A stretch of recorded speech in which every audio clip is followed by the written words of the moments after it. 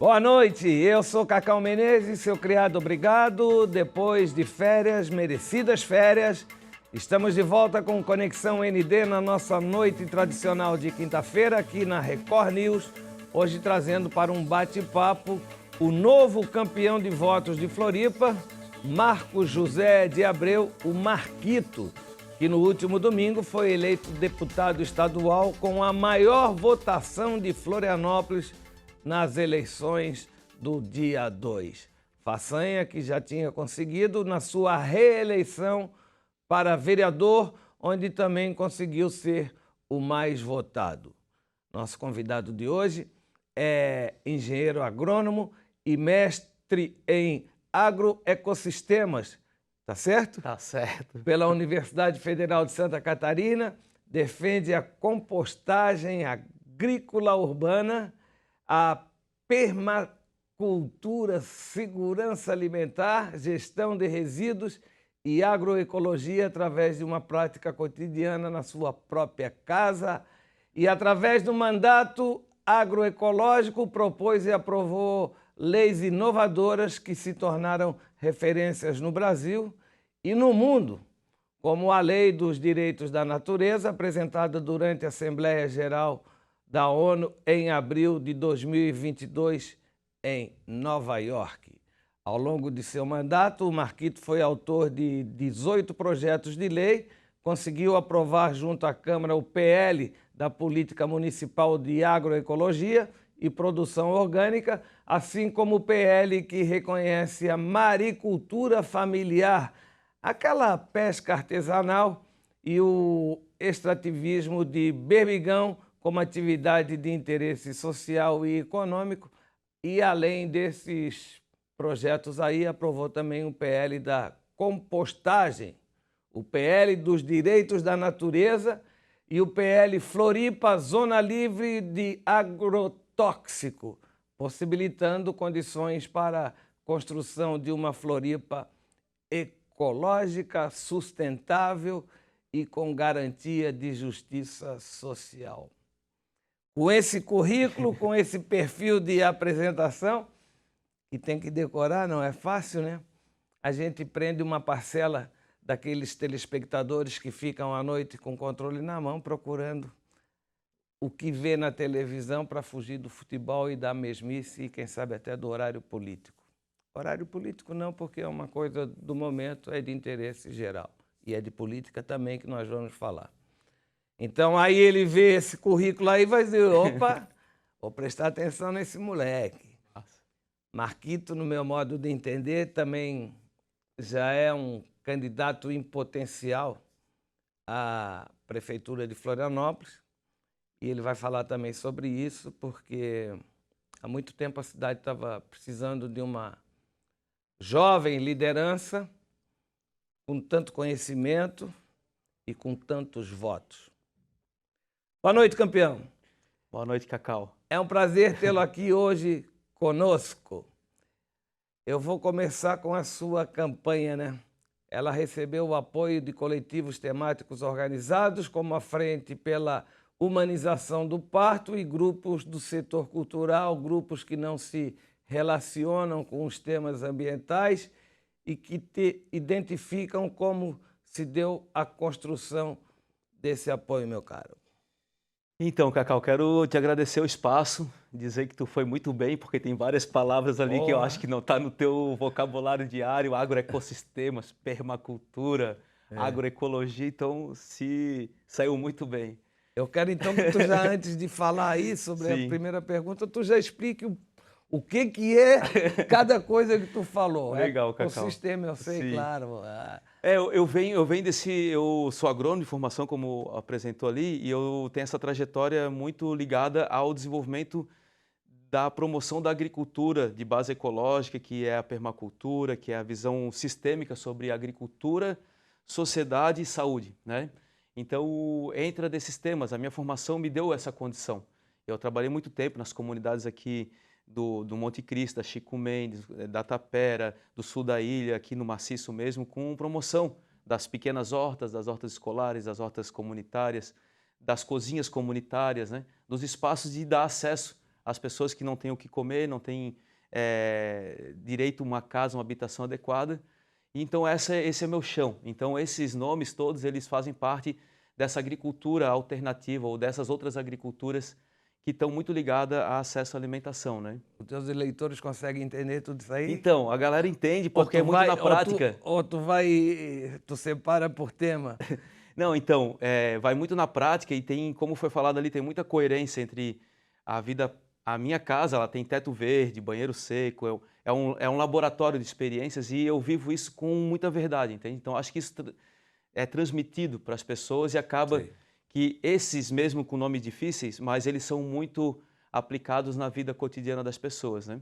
E como falou ali no começo, muitos outros grupos não ambientais também vieram, como a rede de parto humanizado. As minhas 3 crianças nasceram em casa dentro de uma perspectiva de parto natural humanizado. A gente tem um trabalho voltado para a casa de parto normal na rede pública municipal. A gente aprovou na Câmara Municipal uma emenda à lei orçamentária, a diretriz orçamentária para criar a casa de parto normal. Outros grupos ligados à cultura, a galera das pequenas, pessoal que trabalha com arte, com cultura, com teatro, com cinema, se envolveu muito na campanha. Eu acho que é uma coisa também que traz uma perspectiva jovem.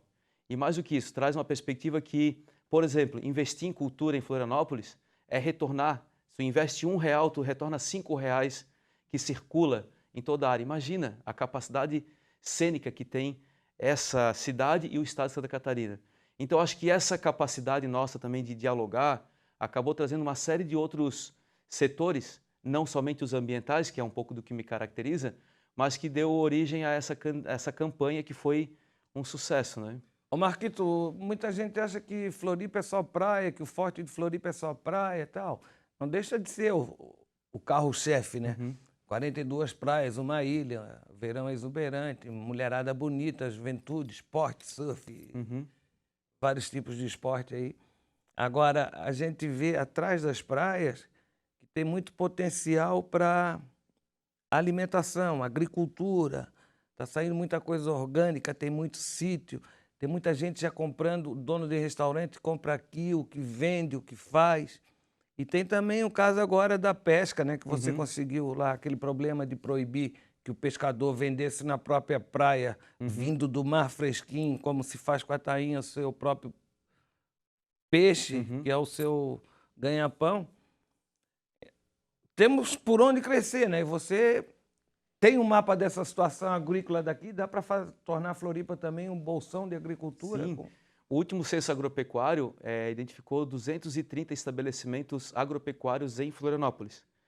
E isso é tão significativo que eu posso te apontar seria muito legal se um dia tu pudesse visitar, que nós temos experiências no Ratones, no Sertão do Ribeirão, na Vargem Grande, no Rio Vermelho, no Santo Antônio de Lisboa. Então nós temos experiências hoje que produz cogumelo, hortaliças, laticínios, derivados de produtos que são os germinados. Então nós temos hoje uma feira agroecológica que acontece aos sábados de manhã ali na frente do mercado público, que são de agricultores da nossa terra, são agricultores nativos de Florianópolis. E isso demonstra o potencial que nós temos, né? Essa lei que tu falasse é uma lei que permite o restaurante comprar o pescado direto do pescador, que o Narbal, uma grande expressão, Narbal Correia, grande expressão aqui da gastronomia de Florianópolis, foi o motivador dessa lei. Então, a gente pode pensar essas outras economias que são pequenas, mas que somadas elas circulam um dinheiro muito importante na cidade. E mais do que isso, e caracteriza a nossa cidade, entende? Que dá a cara da cidade, dá o jeito da cidade, dá o cheiro e o gosto da cidade, né?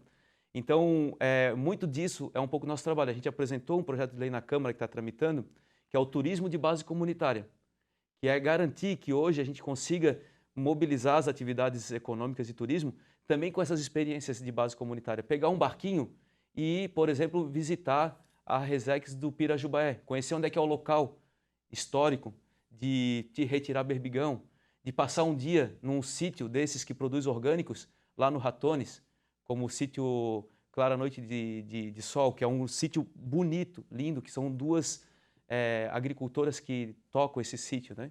Então, dizer que a gente tem essas experiências e que elas podem somar as outras estratégias de turismo da cidade, sabe? Perfeito, bandeira maravilhosa, e é por aí mesmo. Ô Marquito, o seu gabinete, né? A gente falou aí em passant, aqui na Câmara Municipal é conhecido como mandato agroecológico. Sim. E ele se diferencia das experiências legislativas ou dá para misturar tudo aí? Sim. Lá no gabinete até a gente tem uma composteira que está lá há 4 anos. Todo resíduo orgânico, restos de frutas, de café, aquilo que sobra de orgânico, a gente faz compostagem dentro do gabinete mesmo. Tem banco de sementes, que a gente troca sementes, sementes de hortaliça, sementes de bucha natural, sementes de feijão, semente de milho. E tu acredita que quando eu cheguei lá, a gente instalou o gabinete agroecológico, o pessoal da Câmara não acreditava. Como é que chega tanta gente aqui para vir pegar semente? Porque normalmente as pessoas vão lá pedir para resolver um problema da rua, para pedir um emprego, pedir um trabalho, não sei o quê. E aí vai num gabinete para trocar semente. Então, acho que esse é um diferencial. Mas fala um pouco do nosso jeito. As paredes são pintadas, foi uma galera pintar, enfim. Mas isso também reflete do nosso jeito ali, que é a moçada que trabalha com a gente, que tem um jeito de fazer muito sério. Porque imagina, ter aprovado essas leis todas, Cacau, sendo oposição, tu sabe disso, sendo uma minoria na Câmara. É difícil. Mas é de uma alta capacidade de dialogar. Eu não vou deixar de dialogar, Claro. de construir junto com a sociedade, com as pessoas que estão trabalhando naquilo, Tem sabe? as boas ideias, tem que brigar para ver aprovadas as boas ideias, né? Também isso. Isso é difícil de compreender, né? É isso, mesmo que, quando aprovadas, elas viram política pública, às vezes porque a oposição acaba assumindo o nome do Marquito, entende? O que acontece? Tranquilo, o importante é que que aconteça na prática, que o pescador venda o pescado direto para o restaurante, não precisa mais aparecer o nome do Marquito. Tem que aparecer, porque tu é vereador da cidade, Claro, o vereador serve a cidade, quem paga o vereador são os contribuintes, pô. Uhum. E eu vou na manhã, porque se eu ficar também nessa coisa, a gente se perde Não faz nada e fica na briga só. Fica na briga assada e na batição, entendeu? E teu mandato, pelo jeito, é paz e amor. É paz e amor. Tu não tem inimigo, cara? Eu tenho, sempre tem, né, cara? Mas eu tento lidar com o inimigo na forma que... Cara, eu falo, não é pra mim, cara. Essa coisa do personalismo na política é uma coisa muito ruim, porque ela te leva para um lugar que não... O meu fim não sou eu mesmo.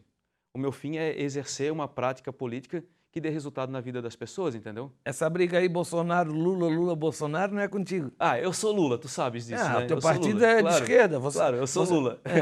Mas assim, mas o Lula é de confusão também. Senão ele não estaria ali, os dois se entendem, né? Agora o rolo é grande. Agora, por exemplo, assim, eu fui um cara que eu não saí do grupo de WhatsApp da família porque tem briga, entendeu?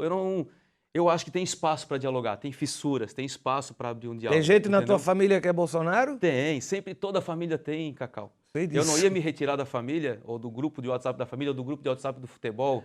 Pelo contrário, ali tem que ficar, que é para tentar convencer. Criar um diálogo. Eu acho que esse rompimento que aconteceu é o que tem sido uma fissura grande na sociedade, entendeu? Ontem mataram um lá em São Paulo. Mais um. Triste, é triste. Ô Marquito, quais temas você considera?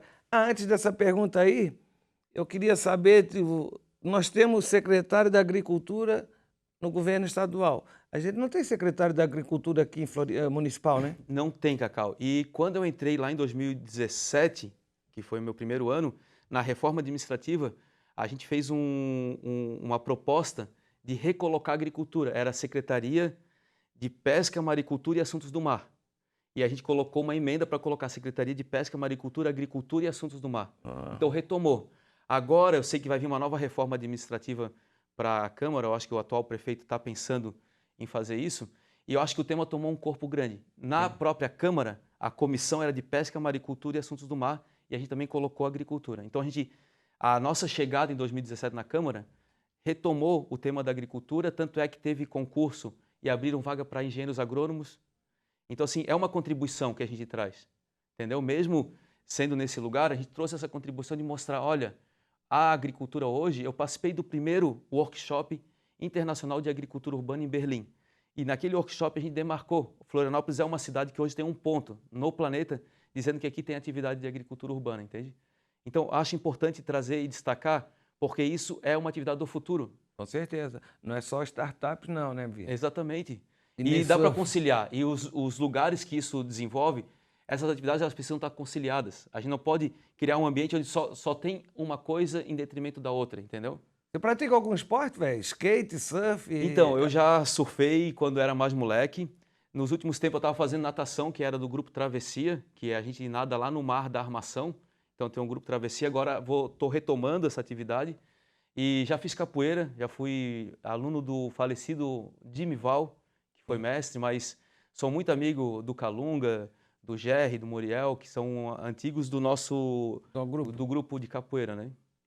Tá sendo reconhecido na rua, passa aí, vai nos lugares, o pessoal Sim. sabe quem tu é, vem falar contigo. Muito reconhecimento, inclusive a expressividade de votos demonstrou isso, mas muito reconhecimento em vários lugares, em vários segmentos, setores da sociedade, inclusive, sabe? Boa. Ô Marquito, quais temas, então, vamos para aquela pergunta anterior. Quais temas você considera prioridade para o Estado legislar nesse momento? Então, assim, a gente está bem... Vamos ter aí um novo governador, né? Vai ter um novo governador, vai ter um novo presidente, tudo isso vai determinar muito também a própria dinâmica e a composição da Assembleia Legislativa, mas a gente se propôs a trabalhar... Um novo presidente, na sua opinião? Pode ser um presidente atual pode ser, na minha vai opinião, um se novo reeleger. presidente. Não pode fazer campanha aqui, olha o TRE.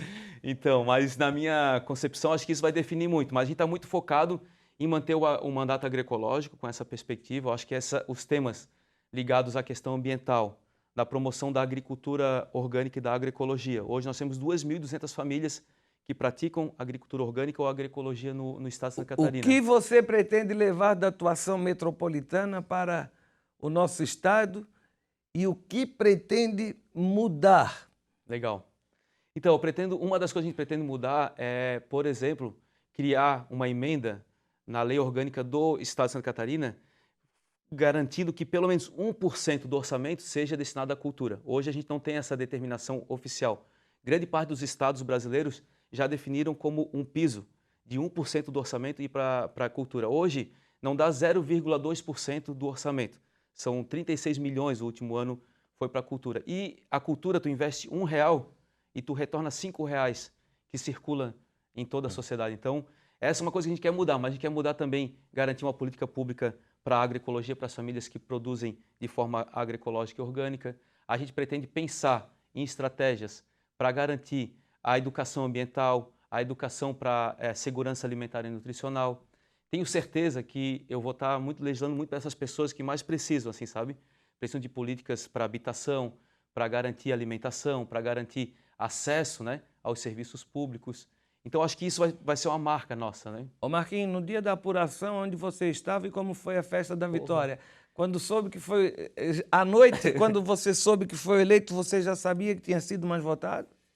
Então, foi muito emocionante, porque tu sabe que mesmo tendo sido o mais votado de Florianópolis, mesmo tendo garantido 40.329 votos, a gente entrou na sobra, porque a somatória dos votos da nossa legenda, ela deu 84 mil e a gente entrou garantindo os critérios de sobra. Então foi muito emocionante, foi na finaleira ali, quando estava em 99,7% dos votos apurados, a gente garantiu que estava eleito.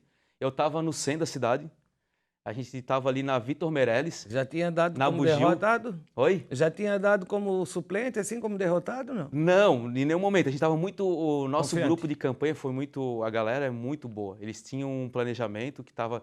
A gente vai fazer 40 mil votos.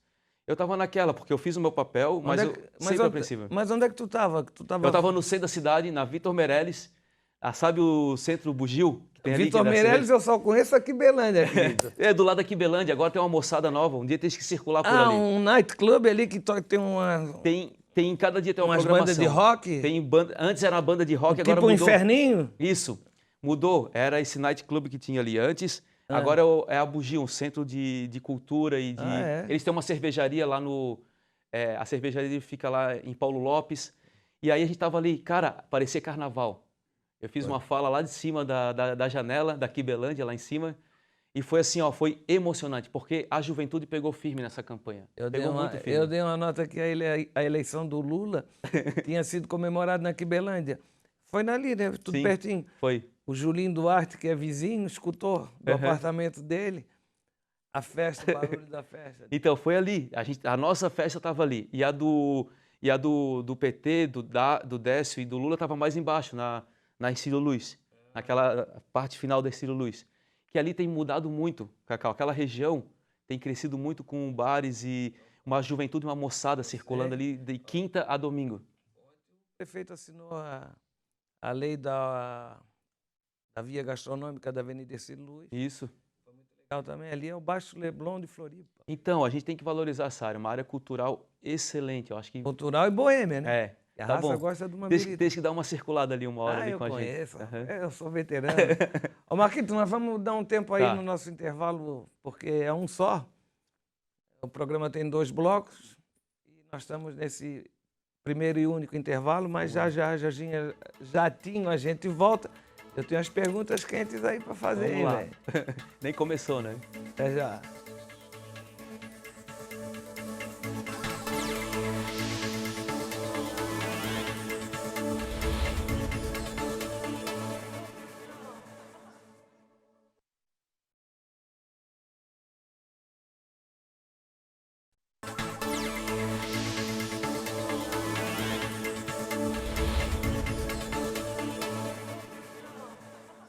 Voltamos com o Conexão ND, estamos na noite de queijos e vinhos, hoje muito mais queijos e vinhos com esse tempinho meio que frio, ainda inverno, lembrando o inverno, mas já em primavera, chuvinha e Conexão ND, Record News. Hoje conversando com o vereador Marquito, mais votado na sua reeleição para a Câmara Municipal, e novo deputado eleito no último domingo, também com a maior votação de Florianópolis. No primeiro bloco, falamos dos seus projetos, do que ele sabe melhor do que eu e melhor do que muitos vereadores, sobre essa modernidade do mundo, o avanço do mundo, e horta caseira, orgânico, como é que é mais? Compostagem, Compostagem, ecologia, O agronegócio está forte. o agroecossistemas, O agro é pop. o agro é ecológico. Você também, esse toque que a gente estava falando aqui no intervalo, dos avanços, dos direitos que a minha geração conquistou e pensou em deixar para os nossos filhos, e o atual presidente da República e seus filhos são literalmente contra. Pode dizer para o Lula também sobre o agro brasileiro. Sim. Ô Lula, não fala mal do agro.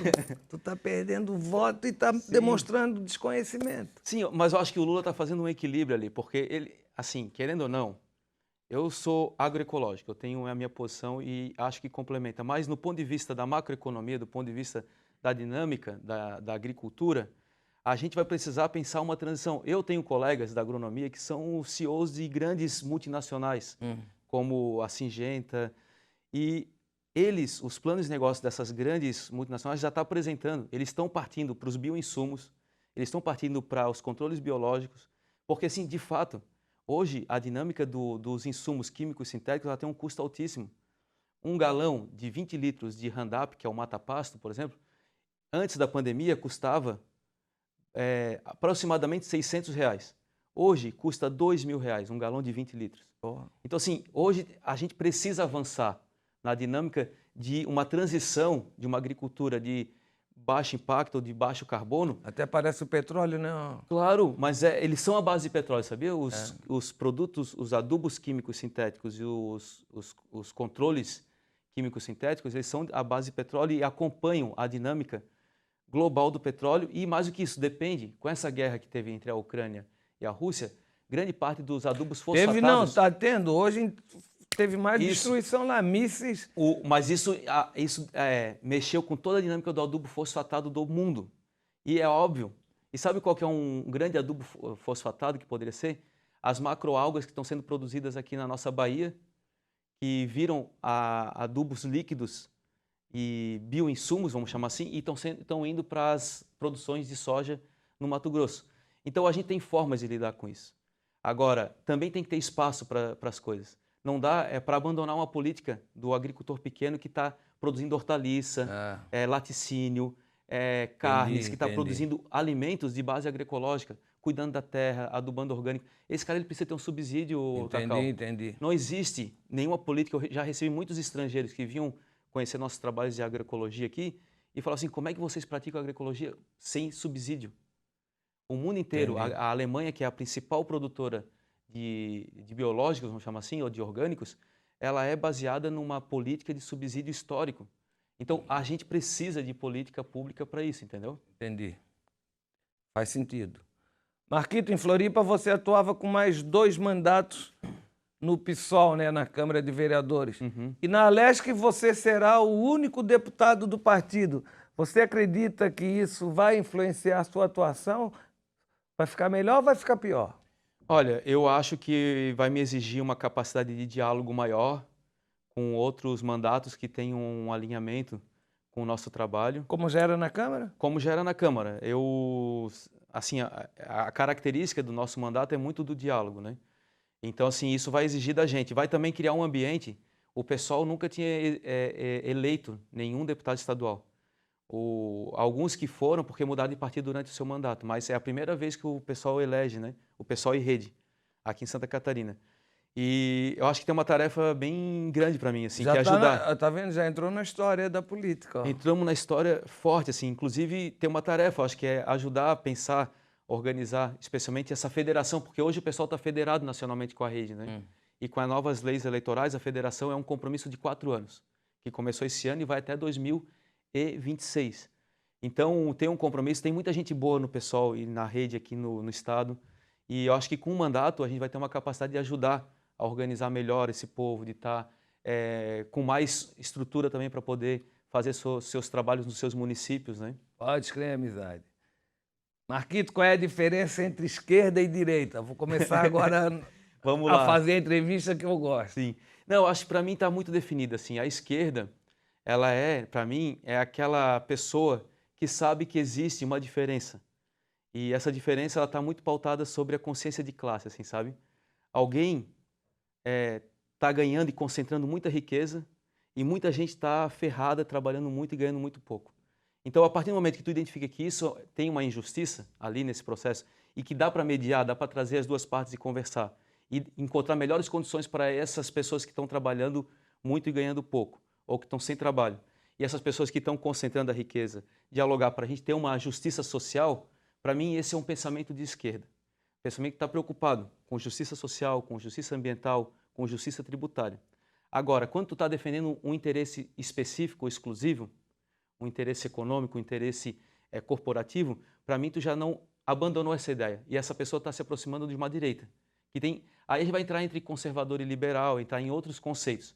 Mas, especificamente, a consciência de classe e garantir justiça, para mim, tem a ver com se tu está na esquerda ou se tu está na direita. Marquito, você, por ser um jovem político de esquerda, você tem encontrado, assim, cara feia na rua, de direitistas, você perdeu amigos, você foi ameaçado, você precisa de segurança para chegar num bar? Não, num bar não, porque o bar que tu vai, quem precisa de segurança é a direita, né? Então, como é que é o teu relacionamento com outros segmentos políticos? Eu te falava aqui em off, né? Eu, por exemplo, não saí dos grupos de WhatsApp de família, nem de amigo de infância, que tem ali essa briga entre esquerda e direita. Eu nunca me retirei desse espaço. Eu acho que essa minha forma também um pouco mais descontraída de lidar, esse sorriso, ajuda e não criar inimizade, né? Você fica preocupado com o que a direita pensa de ti assim ou muito pelo contrário? Não me preocupo Tá muito nem pelo aí pra essa contrário. turma? Não tô, eu acho que cada um tem a sua linha. A sua linha. Agora, também, muitas vezes a gente está num momento onde que a violência política ela tem aumentado, né? E eu fico preocupado um pouco. Já tive momentos mais perigosos da atuação parlamentar, quando a gente enfrentou alguns interesses fortes ali da prefeitura, tive que ter um pouco mais de cuidado e segurança com a minha família, com a minha residência e tal. Eu ia muito de bike para a Câmara, tive que abandonar essa prática por um pouco de segurança também. Com medo de ser atropelado por um carro? Exatamente.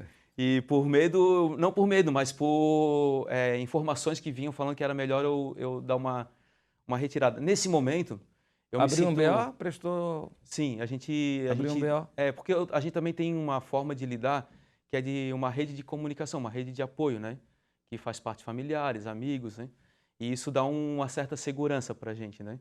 Agora, é óbvio que eu não me importo com o que acham e o que estão achando de mim. Eu acho que o importante é a gente ter sinceridade, ser coerente, entendeu? Ser coerente, porque eu não vou falar aqui de uma de esquerda e direita e não praticar na minha vida. Tem que ter entendeu? personalidade Claro, cara. e saber, né, para quem, qual é o teu propósito, né? Claro, Porque se tu for pelos outros aí, tu não seria nem vereador, né? claro, exatamente. Quem é que votou em ti para deputado estadual? Olha, eu tive voto muito diversificado. Tive voto da juventude. Eu acredito que a juventude pegou muito firme na campanha. A gente teve um comitê da juventude que levantou pautas e que construiu assim a dinâmica. Então eu acho que isso foi um motor da campanha e um motor eleitoral. Eu tenho voto do pescador, Do tenho, PT? tenho voto do PT, tenho voto Do PDT?